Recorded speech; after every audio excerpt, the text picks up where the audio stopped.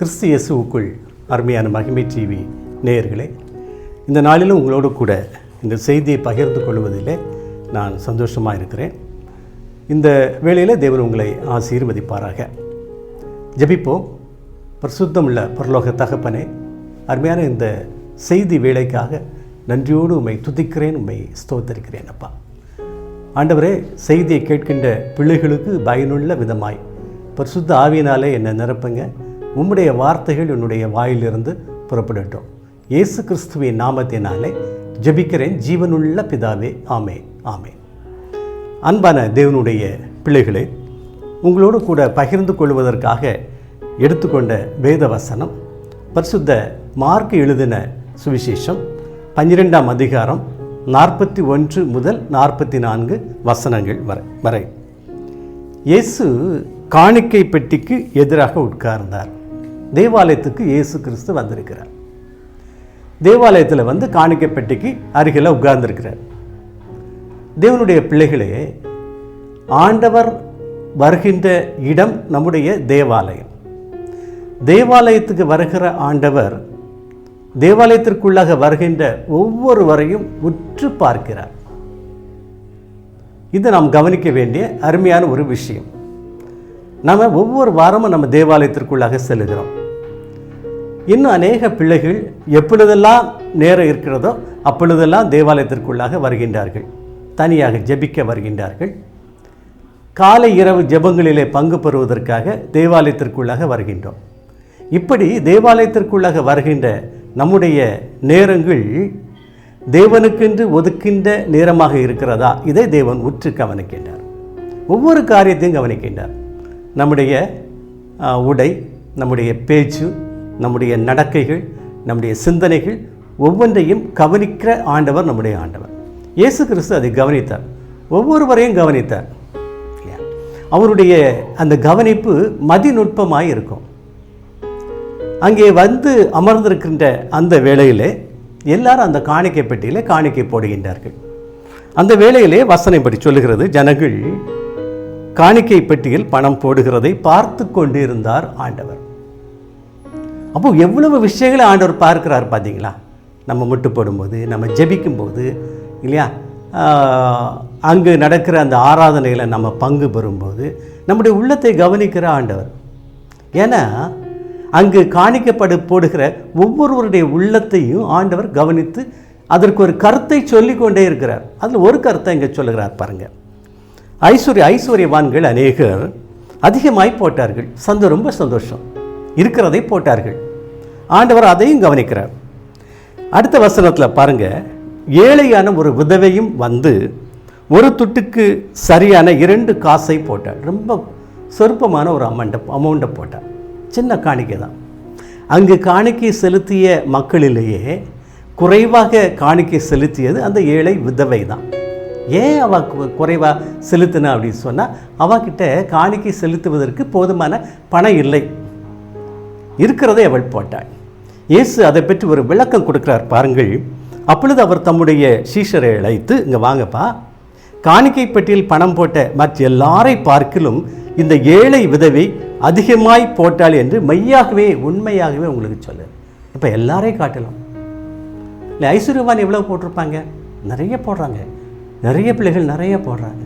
இவங்களாம் இவ்வளோ காணிக்கை போடுவாங்களா அப்படின்னு சிந்திக்கிற அளவுக்கு நிறைய போடுறாங்க. அவங்களுடைய உள்ளத்தின் ஆழத்திலிருந்து அவங்க போடுறாங்க. இருக்கிறவங்க இல்லாதவங்க எல்லாம் போடுறாங்க.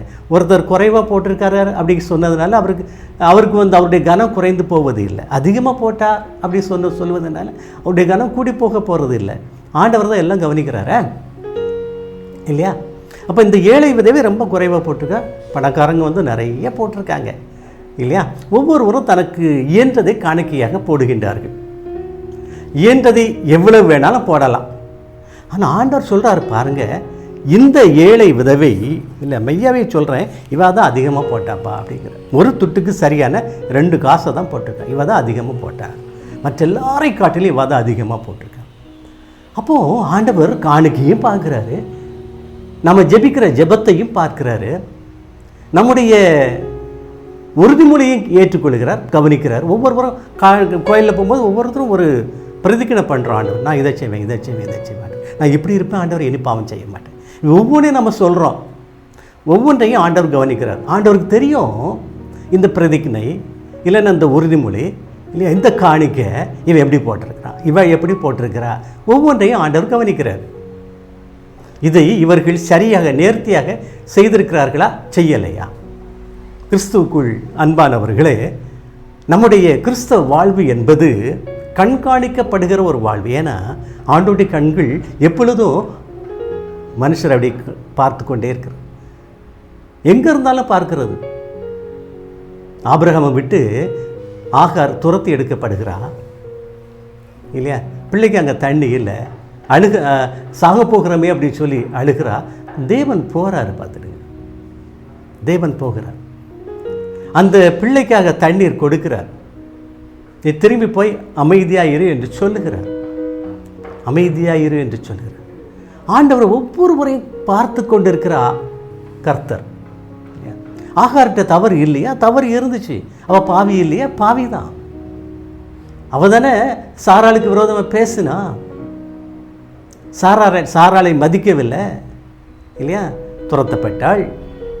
இப்போ அவள் அங்கே கஷ்டப்படும்போது ஆண்டவரை நோக்கி கண்ணீர் விட்டு அழும்போது தேவன் அவருடைய குரலை கேட்கின்றார். அப்போ ஒவ்வொருவருடைய குரலையும் ஆண்டவர் கேட்கிற ஆண்டவர், நம்முடைய ஆண்டவர் நம்மளை பார்த்து கொண்டே இருக்கிறார். எங்கே இருந்தாலும், வீட்டில் இருந்தாலும் சரி தான், தூங்கிட்டு இருந்தாலும் சரி தான், முழிச்சிருந்தாலும் சரி தான், பேசிகிட்டு இருந்தாலும் சரி தான், நடந்துட்டு இருந்தாலும் சரி தான், ஓடிட்டு இருந்தாலும் சரி தான், எந்த வேலையை செய்தாலும் எதை செய்தாலும் கவனிக்கின்ற ஆண்டவர். எந்த உள்ளத்தோடு செய்கிறோம் இல்லையா? நீங்கள் ஒரு சமையல் பண்ணிகிட்ருக்கீங்க வச்சுடுங்களேன், ஆண்டவரை துதிச்சிட்டே சமையல் பண்ணுங்களேன். அந்த சமையல் எப்படி இருக்குன்னு தெரியுமா, எவ்வளோ ஐஸ்வர்யமாக இருக்கும் தெரியுமா, இவ்வளோ அருமையாக இருக்கும் தெரியுமா, இவ்வளோ சுவையாக இருக்கும் தெரியுமா. ஒரு பணி செய்கின்றீங்க, ஆண்டவரை துதிச்சிக்கிட்டே செய்யுங்களேன். ஏன் துதிக்க சொல்கிறோம் அப்படி சொன்னால், பணி செய்கின்ற இடங்களில் நமக்கு நிறைய எதிர்ப்புகள் இருக்கும் இல்லையா. சிலர் நம்மளை மட்டம் தட்டிக்கிட்டே இருப்பாங்க, சிலர் நமக்கு ஒரு விதமாக பேசிக்கிட்டே இருப்பாங்க, நமக்கு ஒரு விதமாக செயல்பட்டுக்கிட்டே இருப்பாங்க. ஒவ்வொரு இடங்களிலும் ஒவ்வொருவருக்கும் ஒரு பிரச்சனை இருக்குது. இல்லாத மனுஷன் உலகத்தில் கிடையாது, வீட்டிலேயே இருக்குது. கணவனுக்கும் மனைவிக்கு இடையில், பிள்ளைகளுக்கும் பெற்றோருக்கு இடையில் இல்லை, எஜமானுக்கும் வேலைக்காரனுக்கு இடையில், எங்கே போனாலும் பிரச்சனை இருக்குது. பிரச்சனை இல்லாத இடம் இந்த உலகத்தில் கிடையாது. இந்த இடங்களில் நாம் எப்படி இருக்கிறோம், நம்முடைய சிந்தனைகள் ஸ்தோத்திரம் செலுத்திக்கிட்டே இருங்க, அந்த இடம் அமைதியாக இருக்கும், நம்முடைய உள்ள சமாதானம் ஆயிரும். ஆலயம் தேவன் வாசம் செய்யும் ஒரு ஸ்தலமாக காணப்படுகிறது. ஆலயத்திற்குள்ளாக வருகின்ற நாம், நம்முடைய உள்ளம் தேவன் வாசம் செய்யும் ஒரு ஆலயமாக இருக்கிறதா? இந்த சிந்தனை நமக்குள்ளாக எப்பொழுதும் இருக்கும்படி நாம் உறுதிப்படுத்தி கொள்ள வேண்டும். சரி, இந்த ஏழை விதைவை அதிகமாக போட்டேன், இவன் என்ன எண்ணி போட்டிருப்பா இல்லையா, அவருடைய எண்ணெய் எப்படிப்பட்டதாக இருந்திருக்கிறோம், ஏன் அந்த பணத்தை கொண்டு போட்டான் இல்லையா? ஒரு அன்பு, யார் மீது இருக்கின்ற அன்பு? ஆண்டவர் மீது இருக்கின்ற ஒரு அன்பு. ஆண்டவருக்காக ஏழையாகிய நான் ஏதாவது கொடுக்கணும். சரி, ஆண்டவருக்கு ஒரு காணிக்கை கொடுத்த உடனே அந்த காணிக்கையை ஆண்டவராக வாங்கிட்டு போகிறாரு இல்லை. ஆலயத்தில் கொடுக்கப்படுகின்ற அந்த காணிக்கை எதற்காக பயன்படுத்தப்படுகிறது? ஒன்று, ஆலயத்தினுடைய விரிவாக்கத்திற்காக, அதனுடைய பழு நீக்க பணிகளுக்காக பயன்படுத்தப்படுது. இன்னும் எதற்காக பயன்படுத்தப்படுகிறது? ஏழைகளுக்கு உதவி செய்ய பயன்படுத்தப்படுகிறது. அப்போது பிறர் அன்பு அங்கு காணப்படுகிறது. எல்லாம் யோசிச்சிருப்பாள், எல்லா யோசனையும் கொடுப்பா. இப்போ நம்ம ஆலயத்துக்கு நம்ம கொடுக்குறோம், ஒரு ஆலயம் கட்டுறாங்க, கொடுக்குறோம், அதிகமாக கொடுக்கணும் அப்படி சொல்லியே கொடுக்குறோம். இருக்கிறதுல எது நிறைய கொடுக்கணுமோ அப்படி கூட எண்ணத்தோடு கொடுக்குறோம். நான் அதிகமாக செய்து நான் பேர் வாங்கணும் அப்படின்னு சொல்லி தேவாலயம் கட்டுவதற்கு நம்ம எந்த பணத்தையும் கொடுப்பது இல்லை. அநேக நேரங்களில் அநேக பிள்ளைகள் தன்னுடைய தகுதிக்கு மிஞ்சியும் கொடுக்கின்றார்கள். கொடுப்பதற்கு காரணம் என்ன? அந்த ஊரில் தான் ஒரு பெரிய பெயர் வாங்கணும் அப்படின்னு சொன்னால் அப்படிங்கிற ஒரு எண்ணத்தோடு நம்ம கொடுத்தோமானா அது காணிக்கை அல்ல, தன்னுடைய தற்புகழ்ச்சிக்காக கொடுக்கப்படுவது இல்லையா. இல்லாத ஒரு நபர் தன்னிடம் இருப்பதை கொடுப்பது அல்லது கடன் வாங்கி கூட சிலர் கொடுக்கிறாங்க. எதற்காக கொடுக்கின்றார்கள்? தேவை பூர்த்தி செய்யப்பட வேணும், அந்த ஆலயம் உறுதியாக கட்டப்படப்பட வேண்டும் என்கிற ஒரு உள்ளம், ஒரு எண்ணம், தேவ அன்பு அவர்களில் நிலைத்திருப்பதினால் கொடுக்கிறார்கள். இப்படி ஒவ்வொரு காரியத்தை நம்ம பார்ப்போமே, அது அவரவருடைய உள்ளத்திற்கு தெரியும். ஆலயத்திற்குள்ளாக காணிக்கையை கொண்டு வரும்போது நம்முடைய உள்ளம் எப்படிப்பட்டதாக இருக்கணும்? ஒரு உடையை உடுத்துட்டு வரேன் எப்படிப்பட்டதாக இருக்கணும், ஒரு ஜுவல் அணிஞ்சிட்டு வரேன் எப்படிப்பட்ட உள்ளமாக நமக்கு இருக்கணும் இல்லையா? இவைகளை சிந்திப்பதற்கு நாம் அழைக்கப்படுகிறோம். ஆலயத்திற்குள்ளாக போகும்போது உங்களை உற்று பாருங்கள், நீங்கள் உங்களை உற்று பாருங்கள். அடுத்தவர்களை போய் உட்கார்ந்து உற்று பார்க்காதீர்கள். போனதுலேருந்து வெளியே வரும் வரைக்கும் ஜெபத்தில் இருக்கிறோமா, ஆராதனையில் சரியாக பங்கு பெறுகிறோமா, எல்லாவற்றையும் கவனிக்கும்படியாக நம்ம அழைக்கப்படுகிறோம். கவனிச்சோம்னா என்ன கிடைக்கும்? தேவன் நம்மை குறித்து சாட்சி சொல்லி கொண்டே இருப்பார். தெய்வ சாட்சி எப்படிப்பட்டது தெரியுமா? பாருங்களேன், இந்த விதவையை குறித்து ஒரு சாட்சி அன்றைக்கி ஒரு வார்த்தை தான் சொன்னார். எத்தனை ஆண்டுகள் பாருங்கள், கிட்டத்தட்ட 220 ஆண்டுகளுக்கு மேலாக இவைகளை குறித்தே மக்கள் பேசிக்கொண்டு வருகின்றார்கள். தேவன் நம்மை குறித்து தேவன் தான் சாட்சி கொடுக்கணும். மனுஷனுடைய சாட்சியை காட்டிலும் தேவனுடைய சாட்சி அதி உன்னதமான ஒரு சாட்சி. அநேக பிள்ளைகளை கொடுத்து தேவன் சாட்சி சொல்லியிருக்கிறார். மோசையை குறித்து சாட்சி சொல்லியிருக்கிறார், ஆபிரகாமை குறித்து சாட்சி சொல்லியிருக்கின்றார். இல்லை எத்தனை பிள்ளைகள் வாசித்து கொண்டே நம்ம போகலாம். வேதத்தை வாசிப்பதற்கு காரணம் அதுதான். யாரை குறித்து எல்லாம் தேவன் உயர்த்தி அங்கே எழுதியிருக்கு, தேவனுடைய வேதாகமத்தில் எழுதப்பட்டிருக்கிறது. அப்போ நான் என்ன செய்யணும்? என்னை குறித்து இந்த உலகம் இல்லையா வாழ்கின்ற பிள்ளைகளை குறித்து அதிகமாக சாட்சி சொல்லாது. மறைந்த பிற்பாடு சொல்லும், இவைகளை எல்லாம் செய்தார்களே என்று உலகம் சொல்லும் இல்லையா? இந்த வார்த்தைக்கு காரணம் என்ன தெரியுமா? ஆண்டவருடைய அந்த செயல், கிறிஸ்துவனுடைய செயல். சரி, இந்த ஏழை விதவை போட்டா பார்த்துடுங்க. ஆண்டவர் சொல்கிறாரு, இவா அதிகமாக போட்டா, இவ தான் அதிகமாக போட்டா அப்படி சொல்கிறார். இன்னொன்று அவர் சொல்கிறாரு, அப்போது பணம் போட்ட மற்றவங்களாம் ஐஸ்வர்யவான்கள் அவர்கள் தங்களுடைய பரிபூரணத்திலிருந்து எடுத்து போட்டாங்க. தாண்ட நிறைய இருந்துச்சு, அவைகளிலிருந்து ஒரு பகுதியை எடுத்து போட்டாங்க. அப்போ இந்த ஏழை விதவை என்ன செய்தா? இவட்ட ஒன்றுமே கிடையாது, இருக்கிறது எல்லாவற்றையும் போட்டு விட்டாள். அப்போ உங்களிடம் இருக்கிற எல்லாவற்றையும் நீங்கள் ஆண்டவருக்கு கொடுங்க. ஆண்டவர் உங்களை ஆசீர்வதிப்பார், உங்களை கனப்படுத்துவார், உங்களை உயர்த்துவார். அப்போ நீங்கள் உயர்த்தப்பட, நீங்கள் ஆசீர்வதிக்கப்பட, நீங்கள் கனப்படுத்தப்பட யாரால்? ஆண்டவரால். ஆண்டவரால் உயர்த்தப்பட, ஆண்டவரால் கனப்படுத்தப்பட, ஆண்டவரால் ஆசீர்வதிக்கப்பட உள்ளவற்றை எல்லாம் கொடுங்க. யாருக்கு கொடுக்கணும்? ஆண்டவருக்கு கொடுங்க. காணிக்கையாக கொடுங்கள். தேவாலயத்திற்கு போகும்போது உள்ளவற்றை எல்லாம் கொடுக்கணும். அப்போ இன்னொரு காரியத்தை நீங்கள் யோசித்து பாருங்கள். நம்ம ஆலயத்திற்குள்ளாக போகும்போது ஒன்று மன நிறைவோடு போகிறோமா, கவலையோடு போகிறோமா? நல்ல ட்ரெஸ்ஸு அடைஞ்சிட்டு போயிட்டுருப்போம், நிறைய கையில் நிறைய பணம் இருக்கும், சரி கொடுக்குறோம். இன்னொரு பகுதி நம்மகிட்ட இருக்க, ஒரு வேதனையான ஒரு பகுதி இருக்க, இல்லை ஒரு பாவமான ஒரு பகுதி இருக்க, இவைகளே ஆண்டவர்கிட்ட நம்ம கொடுக்கணுமா வேண்டாமா? வேதனைகளை ஆண்டவரோடு கூட சொல்லணுமா வேண்டாமா? பாவத்தை அறிக்கை பண்ணணுமா வேண்டாமா? யோசிச்சு பாருங்கள். அதில் கொஞ்சம் கூட நம்ம குறை வைக்கக்கூடாது. உங்கள் கவலைகளை எல்லாம் ஆண்டவர்கிட்ட நீங்கள் சொல்லிட்டு பாருங்க அப்படின்னு சொல்லி தான் பேதர் எழுதியிருக்கிறார். கவலைகளை எல்லாம் நீங்கள் ஆண்டவர்கிட்ட சொல்லிடுங்க. எல்லாம் சொல்லுகிறோமா? தேவாலயத்திற்கு போகின்ற நாம் நம்முடைய கவலைகளை எல்லாம் சொல்கிறோமா? நிறைய பேர் சொல்ல மாட்டேங்காங்களே, சொல்லதுக்கு அவங்களுக்கு நேரம் இல்லை. அவங்களுடைய சிந்தனைகளே வித்தியாசமாக இருக்கிறது. உள்ளதை தான் சொல்கிறேன். தங்களுடைய ஐஸ்வர்யத்தை குறித்த ஒரு மேன்மை அவர்களை ஆட்கொள்கிறதே தவிர தன்னுடைய குறைகளை ஆண்டவர்கிட்ட சொல்லுவதற்கு நேரம் அங்கே இல்லை. நிறைய பேர் சொல்கிறாங்க, அழுது சொல்லிகிட்டே இருக்காங்க. அப்படிப்பட்ட மக்களும் இருக்கின்றார்கள். அண்ணாலே போல கவலைகளை எல்லாம் சொல்லிடுங்க, எல்லாம் சொல்லுங்க, குறையே வைக்காதீங்க. இந்த ஏழை விதவை தனக்குண்ட எல்லாம் போட்டுட்டா இல்லையா? அப்போ ஆலயத்துக்கு போகும்போது நம்முடைய கவலைகளை எல்லாம் ஒவ்வொன்றா சொல்லிக்கொண்டே இருங்க. எப்பொழுதெல்லாம் ஜபிக்க நேரம் கிடைக்கிறது ஆலயத்தில் அப்பொழுதெல்லாம் சொல்லிக்கொண்டே இருங்க. ஜபிக்க நேரம் கிடைக்கல, தனியாக ஒரு நேரத்தை குறித்து ஆண்டவருடைய தேவாலயத்துக்கு சென்று நீங்கள் சொல்லுங்கள். அழுது ஆண்டவர்கிட்ட சொல்லுங்கள், கொடுப்பார். கேட்பதை கொடுக்கிற ஆண்டவர் நம்முடைய ஆண்டவர். யாருக்கும் பிச்சு கொடுக்கிறவர் அல்ல, நிறைவாய் கொடுக்கிற ஆண்டவர். அவரவருடைய தாளந்துகளை உணர்ந்து அவரவருக்கு அவருக்கு கொடுக்கிறார்.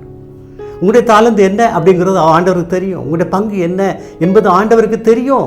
அவைகளை உங்களுக்கு கொடுத்து கொண்டே இருக்கிறார்.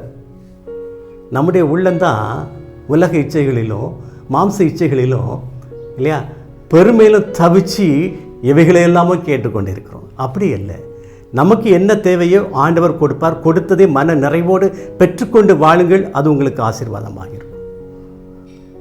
நிறைய பேருக்கு நிறைய பணம் இருக்கும், ஆனால் என்ன உட்காந்து கவலைப்பட்டு இருப்பாங்க. ஏன் கவலைப்படணும்? எதற்காக கவலைப்படணும்? ஏன் இவர்கள் எகிப்திலிருந்து கானானுக்கு புறப்பட்ட இஸ்ரவேலரை போல் இருக்கின்றார்கள். இருக்குங்க. இவங்க தான் ஆண்டவருக்கு விரோதமாக முறுமுறுத்திட்டே இருப்பாங்க. எல்லாம் இருக்கும், ஆனால் முறுமுறுத்திட்டே இருப்பாங்க. வேண்டாங்க, ஆண்டவருக்கு விரோதமான முறுமுறுப்பே நமக்கு வேண்டாம். ஆண்டவர் கொடுக்கிறதை பெற்றுக்கொண்டு ஆண்டவரை துதித்து கொண்டே இருப்பார். துதிங்க, ஆண்டவர் உங்களை கனப்படுத்தி கொண்டே இருப்பார். கேட்கிறதை கொடுத்து கொண்டு உங்களுடைய தேவைகள் ஆண்டவருக்கு தெரியுங்க. நேர கோயிலுக்கு வாங்க, காணிக்கையை போடுங்க. காணிக்கை முதலாவது வந்தோடனே காணிக்கை தான் போடுறோம். இன்னும் சில கோயில்கள் என்ன செய்கிறாங்கன்னா வரும்போதே காணிக்கை போட்டுருவாங்க. சிலர் வந்து காணிக்கை பாடலில் போடுவாங்க. எந்த நேரம் நீங்கள் போட்டாலும் சரி தான், கருத்தாய் போடுங்க. உள்ளத்தின் ஆழத்திலிருந்து போடுங்க. உள்ளத்தின் ஆழத்திலிருந்து போடுங்க.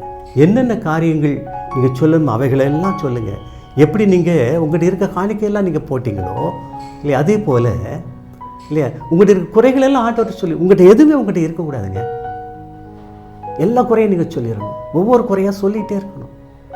அந்த இதெல்லாம் குறை இருக்க தகப்பனே, நான் இன்னும் உங்களுடைய ஆலயத்துக்குள்ளே வரும்போது இந்த குறைகளெல்லாம் எனக்கு நிவர்த்தி பண்ணி தாருங்கன்னு சொல்லுங்கள். அடுத்த முறை நீங்கள் ஆலயத்துக்கு போகும்போது இன்னும் குறை தீரலையா சொல்லுங்கள், அடுத்த இடம் சொல்லுங்கள். ஆனால் அண்ணாளை பாருங்கள், போய் உட்கார்ந்து அழுது எல்லாம் சொன்னால் அதுக்கு பிறகு மன நிம்மதியாக வீட்டுக்கு போங்க. ஆமாம், நீங்கள் அழுது ஆண்டவர்கிட்ட சொல்லுங்கள். அதுக்கு பிறகு மன நிம்மதியை தவிர வேறு எதுவுமே உங்கள்கிட்ட இருக்காது. எந்த கவலையும் இருக்காது. ஆண்டவர்கிட்ட நல்லா பேசுங்க. வீட்டில் இருந்தாலும் பேசுங்க, தூங்கும்போதும் பேசுங்க, படுக்கைக்கு போகும்போதும் பேசுங்க. இல்லை, சிலருடைய கனவுலேயே ஆண்டவரே வந்துடுவார். ஆண்டவரை தரிசிக்கக்கூடிய அந்த வரத்தை கேளுங்க. பரிசுத்த ஆவியினால் நிரப்புங்க ஆண்டவரே அப்படி சொல்லுங்கள். பரிசுத்த ஆவியில் நிறைந்து நீங்கள் ஜெபிக்கிற ஜெபம் எவ்வளவு ஆசீர்வாதம் தெரியுமா, எவ்வளவு பயனுள்ள ஜெபம் தெரியுமா. சிம்சோன் பாவி தான் பார்த்துடுங்க. ஆனால் அவன் ஜெபிக்கும்போது தேவ ஆவியானவர் அவன் மீது இறங்கினார் என்று வேதம் சொல்லுகிறது. எத்தனை முறை? ஒரு முறை, 2 முறை அல்ல. அவன் மிகப்பெரிய ஒரு நியாயாதிபதி. ஆனால் கடைசி வரைக்கும் அவன் பாவத்தை விட்டு விலகவே. ஆனாலும் கடைசியில் அவன் சாகும் தருவாயில் கூட ஆண்டவர் நோக்கி ஜெபிச்சான். என்னை பலப்படுத்துங்க ஆண்டவரே அப்படி சொல்லி அந்த 2 தூணை பிடிச்சு இழுத்தான் பார்த்துடுங்க. அது விழுந்து போனது என்று வேதம் சொல்லுகிறது. கிறிஸ்துவுக்கள் அன்பானவர்களே, தேவ ஆவியினாலே நிறைந்து ஜெபிக்கணும். அதே நேரத்தில் குறைகளை எல்லாம் சொல்லி ஜெபிக்கணும். அதே நேரத்தில் பாவத்தை விடணும். கிறிஸ்தவத்தினுடைய அடிப்படை அடையாளமே பாவத்தை விடணும். அறிக்கை செய்யணும். ஒவ்வொரு பாவத்தையும் நீங்கள் அறிக்கை செய்துங்க. நீங்கள் ஒவ்வொரு பாவத்தையும் அறிக்கை செய்து நீங்கள் விட்டுட்டீங்கன்னா பாவத்தை மூடி போடுவார். திரும்ப அந்த பாவம் உங்களுக்கு முன்பாக வராது. அந்த பாவம் எந்த நேரத்தில் உங்களுக்கு முன்பாக வராது. அதான் அருமையாக தாவீது சொல்லுவார், பாவத்தெல்லாம் மூடி போடுங்க ஆண்டவர். அக்கிரமத்தை எண்ணாதிருங்க. ஆமாம், அக்கிரமம் செய்தீங்களா, மன்னிப்பு கேளுங்க ஆண்டவர்கிட்ட. நீங்கள் அறிக்கை இடுங்க, மன்னிப்பு கேளுங்க. திரும்ப செய்யாதீங்க. செய்யாமல் இருந்தால் தான் அதை எண்ணாதிருப்பார். மீறல் எல்லாம் மன்னிப்பு கேளுங்க, மன்னிப்பார். பாவங்களை மூடி போடுங்க ஆண்டவரே, அக்கிரமங்களை எண்ணாதிருங்க ஆண்டவரே, என்னுடைய மீறல் எல்லாம் மன்னிங்க ஆண்டவரே சொல்லி நீங்கள் ஜெபிங்க. நீங்கள் சொல்லியிருக்கீங்களா ஆண்டவரே, உங்களுடைய வசனத்தின்படி நான் உங்கள்கிட்ட கேட்குறேன், எனக்கு உதவி செய்யுங்க அப்படி சொல்லி கேட்டிங்கன்னா, அழுது ஜெபிச்சிங்க. ஆனால் ஒவ்வொரு காரியத்திற்கும் நீங்கள் ஜெபிங்க. முடியலையா கண்ணீர் சிந்துங்க. 2 கரத்தையும் உயர்த்தி நீங்கள் தனிமையில் இருக்கும்போது ஆண்டவரை துதித்து பாடி பாடி பாடி நீங்கள் எல்லா பாவத்தையும் நீங்கள் அறிக்கையிடுங்க. ஆண்டவர் எல்லாவற்றையும் ஏற்றுக்கொள்வார். அதற்காக தான் சிலுவையில் தன்னுடைய இரத்தத்தையே சிந்திருக்கிறார். இரத்தத்தை சிந்தி மீட்டு கொண்ட நம்முடைய ஆண்டவர். இரத்தத்தை சிந்தி மாத்திரமல்ல, பார்த்துடுங்க, உயிரோடு எழுந்து நம்மோடு பேசுகிற ஆண்டவர், நமக்கு தரிசனங்களை கொடுக்குற ஆண்டவர், நம்மோடு கூட வருகிற ஆண்டவர். காலையிலே நீங்கள் புறப்படும்போது நீங்கள் சொல்லுங்கள், உங்களுடைய சமூகம் எனக்கு முன்பாக செல்லட்டும் ஆண்டவரை. இவைகளை ஏற்றுக்கொள்ளும்போது இவைகளெல்லாம் ஏற்றுக்கொள்ளணுமானா ஆலயத்தில் நீங்கள் எப்படி இருக்கீங்க? ஆலயத்தில் உங்களுடைய நடைகளை காத்துக்கொள்ளுங்கள். தேவனுக்கு பிரியமாய் நடக்கும்படியாய் நீங்கள் ஆண்டவர்கிட்ட நீங்கள் வேண்டிக் கொள்ளுங்கள். ஒவ்வொரு காரியத்திலும் ஆண்டவர் உங்களுக்கு முன்பாக செல்லணும் இல்லையா? புறப்படும்போது சொல்லுங்கள், ஆண்டவரே உங்களுடைய சமூகம் எனக்கு முன்பாக செல்லட்டும் ஆண்டவரே சொல்லுங்கள். ஒரு காரியத்தை செய்யும்போது சொல்லுங்கள், ஆண்டவரே உங்களுடைய பிரசன்னம் என்னோடு கூட இருக்கட்டும், இந்த காரியம் வெகு சிறப்பாய் அமையணும் நீங்கள் கேளுங்க, ஆண்டவர் கொடுப்பார். ஆமாம், தாவீது எல்லா காரியத்திலையும் நீதியாய் செய்தானாம், நியாயத்தை நடப்பித்தானாம், உண்மையாக இருந்தானா ஆண்டவருக்கு. அதே போல் நாமும் நம்முடைய வாழ்க்கையில் இல்லையா எல்லா காரியத்திலையும் நீதியாய் செய்யணும், நியாயமாய் செய்யணும், ஆண்டவருடைய கற்பனைக்கு உட்பட்டு நாம் செய்யணும். அப்படி செய்யும்போது ஆண்டவர் நமக்கு என்ன செய்வார்? ஆசீர்வாதம் கொடுப்பார் இல்லையா? நீங்கள் இப்படி நீங்கள் சொல்லி எவைகளை குறித்து நீங்கள் கேட்டாலும் சரிதான், ஆண்டவர் கொடுப்பார். வியாதியாக கொடுப்பார், இல்லையா? வியாதி உங்களை விட்டு நீக்குவார், நல்லா நீக்கி உங்களுக்கு சுகத்தை கொடுப்பார். சுகத்தை கொடுக்குற ஆண்டவர். என்ன பாருங்கள், இயேசு கிறிஸ்து அந்த பெண்ணை பற்றி சொல்கிறார் பாருங்கள். தன்னுடைய ஜீவனுக்கு உண்டான எல்லாம் போட்டுட்டார். தன்னுடைய ஜீவனுக்கு உண்டான எல்லாவற்றையும், ஜீவனுக்குள்ள எல்லாவற்றையும் போட்டு விட்டாள் என்று சொன்னார், இல்லையா? ஆண்டவனுடைய அந்த சாட்சி எப்படிப்பட்டதாக இருக்குது பார்த்துக்கலாம். இனி அவட்ட ஒன்றுமே இல்லை, எல்லாம் கொடுத்துட்டான், எல்லாம் கொடுத்துட்டான். ஒரு ஏழை விதவை முள்ளு கம்பெல்லாம் அப்படி பறக்கிட்டே இருக்கிறான் காட்டுக்குள்ள நின்று. எலியா தீர்க்கதரிசி அங்கே போகிறார். போய் அவர் கேட்குறாரு, எனக்கு ஒரு அடை கொண்டு வாமா அப்படின்னு கேட்குறாரு. தேசத்தில் அவ்வளோ பெரிய பஞ்சம், சாப்பாட்டுக்கு எதுவுமே கிடையாது, தண்ணீரும் கிடையாது, கொஞ்சம் அடையும் எனக்கு கொஞ்சம் தண்ணியும் கொண்டு வாமா அப்படின்னு சொல்கிறார். அப்போது அந்த ஏழை விதவை சொல்கிறா பாருங்க, ஐயா எனக்கும் என் ஒத்துக்கோர் பையனுக்கும் கொஞ்சோல அடை செய்கிறதுக்கு மாவு இருக்கு ஐயா, எண்ணெய் இருக்குது, இது போக என்கிட்ட எதுவுமே இல்லையா, உங்களுக்கு கொடுக்குறது என்கிட்ட எதுவுமே இல்லையா, நான் என்ன செய்வேன் அப்படின்னு கேட்குறான். அப்போது தீர்க்கதரிசி சொல்கிறாரு, ஏம்மா முதலாவது நீ அடைய சுட்டி எனக்கு கொண்டு வா, அதுக்கு பிற்பாடு நீ உன் பிள்ளையை சாப்பிடலாம். என்னைக்கு வரைக்கும் சாப்பிடலாம்? இந்த